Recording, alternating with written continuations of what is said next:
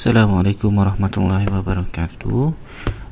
Hari ini saya akan membentangkan berkaitan dengan James Cook dan pelayarannya ke Tahiti dan New Zealand beserta sumbangan-sumbangan yang telah dicapai oleh James Cook dan krunya dalam ekspedisi yang pertama. Sebelum itu, kita akan melihat secara ringkas latar belakang James Cook.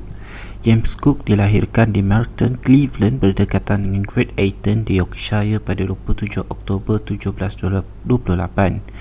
Manakala ada penulis lain yang mengatakan bahawa beliau lahir pada bulan November 1728. Pada umur 13 tahun, James Cook dijaga oleh Mr. Pullen, seorang guru yang mengajar berkenaan dengan aritmetik dan juga penjagaan buku. Dan Januari 1745, beliau berusaha 17 tahun. Beliau disuruh belajar berkenaan perniagaan barang runcit dan barang kemas di Snaith. Pada Julai 1746, beliau menjadi perantis dan bekerja dengan Mr. J. Walker of Whitby selama 3 tahun. Dan pelayaran pertamanya ialah di atas kapal bernama Free Love yang bekerja dengan syarikat perdagangan arang dan dari Newcastle ke London. Pada tahun 1753, beliau telah berkhidmat di atas kapal Majesty iaitu HMS Eagle. Beliau telah menjadi sukarelawan untuk berjuang di atas kapal tersebut menentang Perancis bersama dengan 60 senjata api dan berkhidmat sebagai pelayar yang berkebolehan. Pada Oktober 1757, James Cook mengikuti ekspedisi bersama di Pembroke sebagai master dan berkhidmat di bawah Laksamana Saunders dan membolehkan Wolfe dan St. Lawrence menawan Quebec serta menyebabkan Cook dilantik sebagai Master of Northumberland dan seterusnya dilantik menjadi Master of the Pilotage of St. Lawrence River. Oleh itu, terdapat dua tujuan pelayaran James Cook dalam ekspedisi yang pertama. Tujuan yang pertama ialah memerhati kedudukan transit planet Venus dan yang kedua adalah untuk menganalisis kehidupan, sistem kepercayaan dan sifat orang asli yang ditemui. Jadi Cook cuba untuk menunjukkan bahawa British adalah negara yang maju dan mereka cuba mengajar erti kemajuan kepada bangsa lain yang ditemui. Perjalanan James Cook bermula apabila beliau sampai ke Thames pada 27 Mei 1768 dan berlayar dari Plymouth pada hari Jumaat pada 26 Ogos serta sampai ke Madeira untuk mendapatkan bekalan pada bulan September. Ekspedisi mencapai Rio de Janeiro adalah pada bulan November. Nama berlaku permasalahan apabila Raja Muda Portugis menganggap bahawa rombongan James Cook sebagai lanun. Mereka dilayan seperti lanun kerana ada di antara mereka yang dipenjarakan. Oleh itu, James Cook terpaksa mengalah kerana tidak mahu melewatkan mungkin mendapatkan bekalan makanan untuk pelayaran.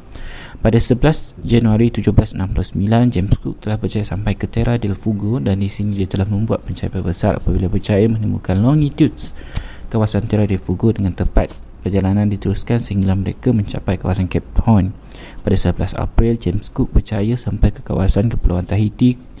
Ketika sampai di Tahiti ini, kempen Cook untuk melawan dan memandras penyakit scurvy dalam kalangan pelayar berjaya dengan baik apabila hanya ada beberapa kru kapal sahaja yang terkena penyakit tersebut. James Cook telah berlabuh di Matavai atau digelar sebagai Wallis Royal Bay. Ada di antara orang asli di sana yang masih mengenali beberapa pegawai Cook yang pernah bersama dengan Wallis semasa penerokaan dilakukan di pulau tersebut sebelumnya. Ini menyebabkan mereka disambut baik oleh penduduk tempatan. Ada seorang tua yang bernama Oha yang pernah bekerja di kapal Dolphin milik Wallis. James Cook menggunakan hikmatnya semasa mereka menginap di kepulauan tersebut sebagai penerjemah. Pada 3 Jun, mereka telah membuat pemerhatian di pulau tersebut berkenaan dengan transit planet Venus yang digelar sebagai Fort Venus di Kepulauan Tahiti. Pada hari tersebut, cuaca amat baik dan ia memberi kebaikan kepada pemerhatian yang sedang dilakukan. Gambar yang berada pada sebelah kiri merupakan catatan transit Venus, manakala yang di sebelah kanan merupakan Fort Venus atau tempat mereka memerhatikan transit Venus berlaku. Perjalanan James Cook dan krunya disambung seterusnya ke New Zealand. Pada hari Sabtu 7 Oktober, sebuah pulau ditemukan oleh Nicholas Young dan ini menyebabkan titik pada Poverty Bay tersebut dinamakan sebagai Young Nicks Head. Cook telah berlayar di teluk tersebut dan menamakan ia sebagai Endeavour Bay dan kemudiannya menukar namanya kepada Belverty Bay. Nama teluk tersebut diubah kerana kematian kru kapal yang bergaduh sesama sendiri tetapi tidak menemukan sebarang penemuan menarik semasa berada di sana. Seterusnya, pada 10 Oktober, ketika mereka berlayar sekitar Teluk, mereka telah melihat dua perahu yang di dalamnya ada penduduk asli. Ini merupakan pertemuan pertama Cook dengan suku Maori di New Zealand. Mereka cuba mendekati, namun mereka cuba melarikan diri. Cook telah mengambil keputusan untuk menembak supaya membuat orang asli tersebut menyerah atau terjun dari perahu supaya mereka dapat mendekati. Ini adalah kesilapan arahan dari James Cook kerana orang asli tersebut mula menyerang kapal Cook kerana mereka menganggap Cook cuba menyerang mereka.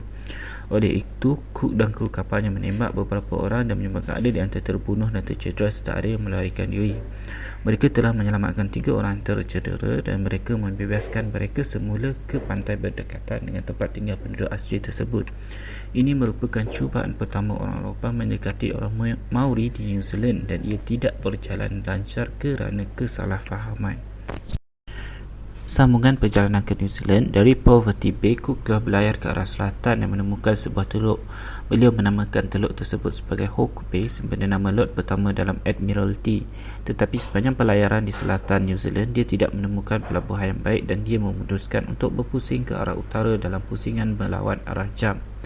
Mereka juga melalui kawasan Bay of Plenty dan Mercury Bay di mana ia merupakan kawasan mereka memerhatikan transit of Mercury dan di situ juga Cook terpegun dengan pass atau kubu yang ada di kampung Maori.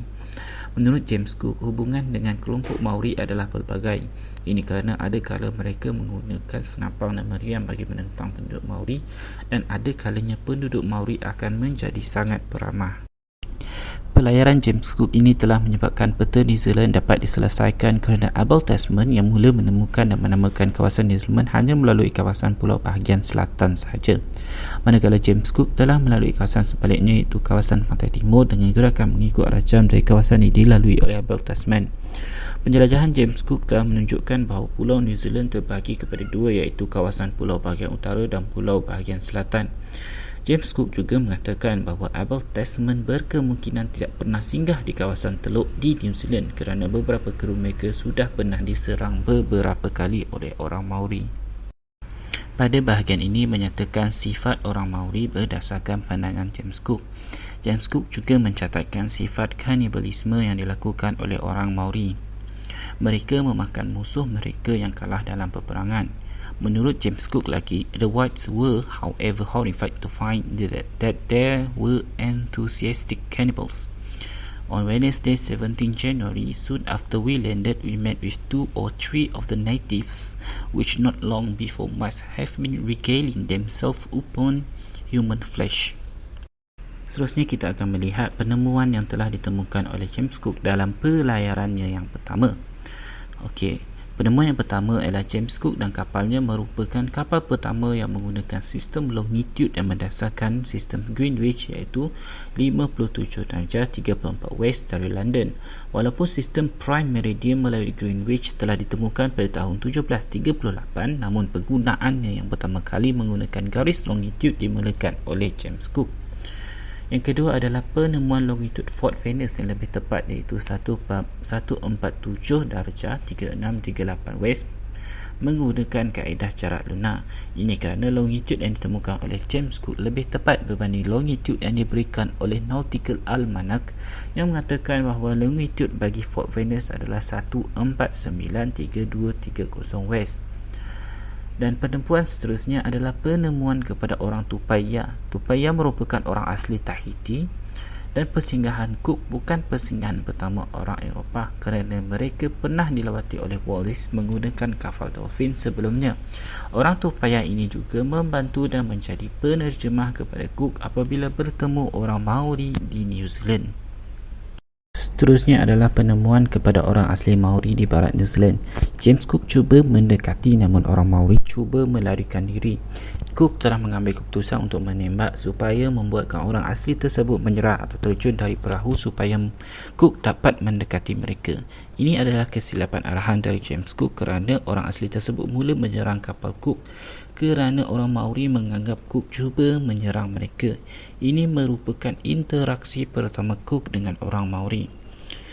Yang seterusnya adalah Sydney Parkinson telah berjaya mengeluarkan buku botani yang mengandungi 34 jilid. Beliau telah melukis 22 jenis tumbuhan Madeiran dan membawa kepada penemuan terhadap 200 jenis herba sepanjang perjalanan mereka. Penjelajahan James Cook turut membawa kepada penemuan bahawa New Zealand itu sendiri terbahagi kepada 2 pulau, iaitu Pulau Barat dan Pulau Selatan. Dan ini merupakan rujukan yang saya gunakan sepanjang membuat esei dan membuat pembentangan pada hari ini. Jadi itu sahaja daripada saya. Sekian, terima kasih.